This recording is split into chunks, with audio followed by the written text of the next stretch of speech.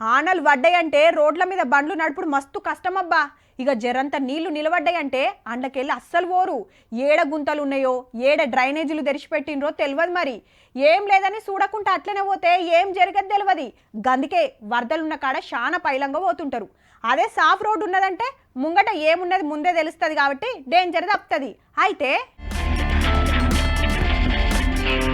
Road మీద ఈడో truck ఆగుంది. వెనక మరలా డ్రైనేజీ క్లీనింగ్ చేస్తున్నారు. పన్నోడు వంగనే బండి ముంగటికి వండిచ్చిండు. ఇంతల్నే అయ్యో బండి మొత్తం గుంతల పడిపోయింది కదా. డ్రైవర్ అన్న ఎమ్మట యువతలకు దుంకే వరకు బచాయించిండు. అప్పటిదాకా ఆడ ఏం లేకుండే, కానీ చూస్తుండగానే అంత పెద్ద గుంతపడి బండినే మింగేసింది. పో మహారాష్ట్ర పూణేలా ఓ తాన డ్రైనేజీ క్లీనింగ్ చేస్తుంది. బండి ముంగట నాలా ఉన్నట్టుంది. మీదుంగా స్లాబ్ మంచిగా లేదో ఏమో బండి వదన ఆపలేక తుప్పున గుల్తే గింత పనైంది. అటెన్కా క్రేన్లతోని బయటికి తీసిండ్రు. లేచినాయల్ల మంచిగున్నట్టుంది. పానాలతోటి బయట పడ్డాడు డ్రైవర్ అన్న, లేకుంటే ఎంత పనవు.